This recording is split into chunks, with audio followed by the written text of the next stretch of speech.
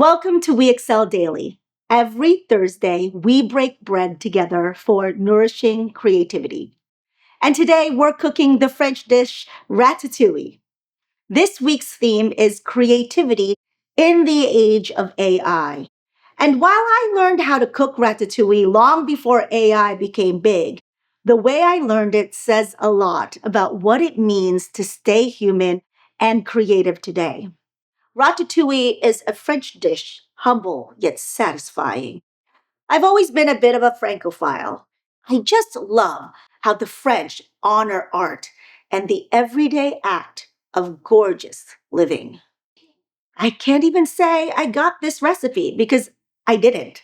I learned how to cook ratatouille. There's a difference. That lesson came from my old neighborhood in San Francisco, the Marina District. It's part of the city built on early 20th century landfill, lined with quaint Art Deco buildings and pastel charm. Mike and I lived there for over a dozen years, and before the pandemic, there was this small French restaurant we loved, Castagna, which means chestnut in French, run by Chef Stéphane Maloney, a passionate Frenchman from Nice. Chef Stéphane made the silkiest ratatouille I'd ever tasted, and his secret?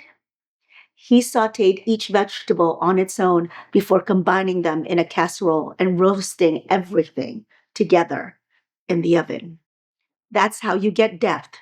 Each ingredient keeps its voice, but together they harmonize. For this recipe, I made my own adjustments, and I'm proud to say that my dish is taste tested and approved by my Parisian friends. When Mike and I were in Paris in 2022, our friend Marco invited us last minute to his family's flat for Bastille Day. He asked us to bring pate, but everything was closing early. The only pate Mike found was in a can from a wine shop. When Mike showed me, I said, "Babe, that looks like cat food." Fortunately, I'd made ratatouille the night before.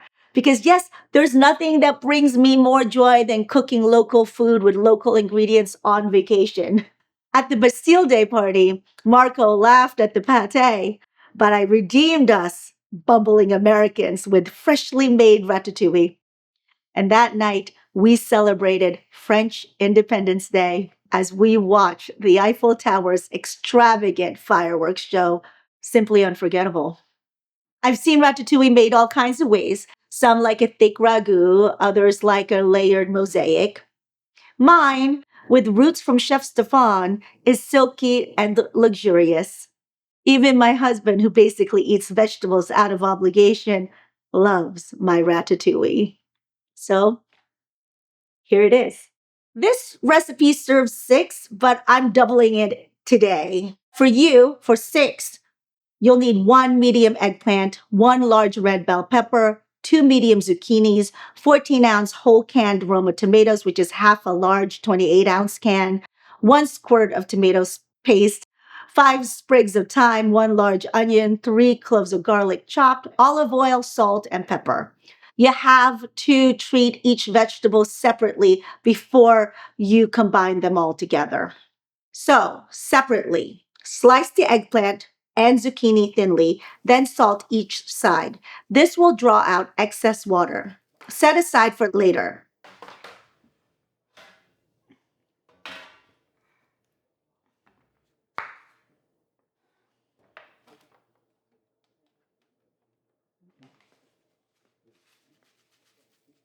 Then slice into small cubes the red bell pepper and onions.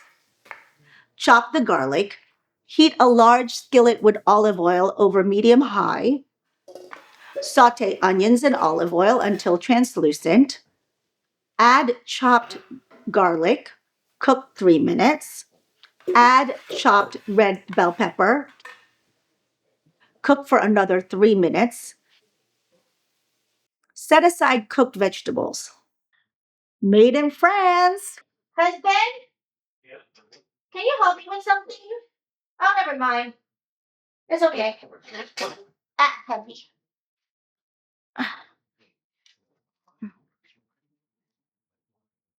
Um,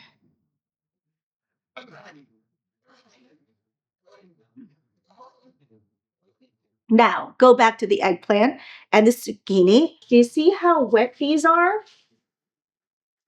It really drew the water off of them. So I'm just gonna pat it down with paper towel and chop each vegetable, still keeping them separate, into cubes. Heat two large skillets with olive oil over medium heat. The skillet you're using for the eggplant will need more olive oil because the eggplant will absorb it. Add oil as needed until eggplant is tender. In the other skillet, saute the zucchini until fully cooked and less watery. Don't overcrowd the pan or you'll end up steaming the vegetables. You want more of a caramelized finish. Turn off the stovetop. Combine everything in a casserole dish or Dutch oven with the canned tomatoes, a touch of tomato paste, and thyme, and mix gently. So I like canned Roma tomatoes. I've done it where I boiled my own Roma tomatoes, raw Roma tomatoes, and it was a lot of work. And honestly, I kind of like that the can ones that have a bit of a sauce to it. So I would just be very careful when you add this. You still want to retain the structure of the chopped vegetables, right?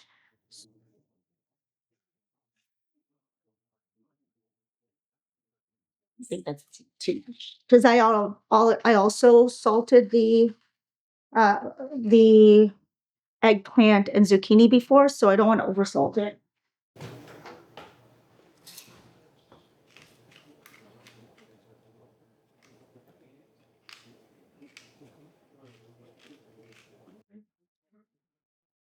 Okay, 2 squirts since we're doing double recipe, and gently put it all together.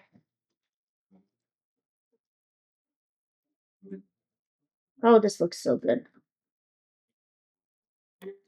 Whew, there you go. You see that? So satisfying to make this. Bake covered at 375 degrees Fahrenheit for 45 minutes. Uncover and bake for 10 minutes until the top is slightly browned.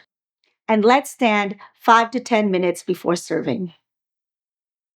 Our art is sensory, it's emotional.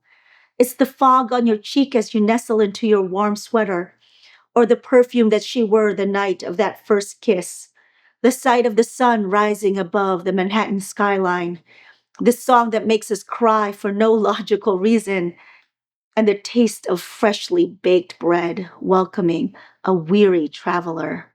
When we nourish our senses, we nourish our imagination and our humanity.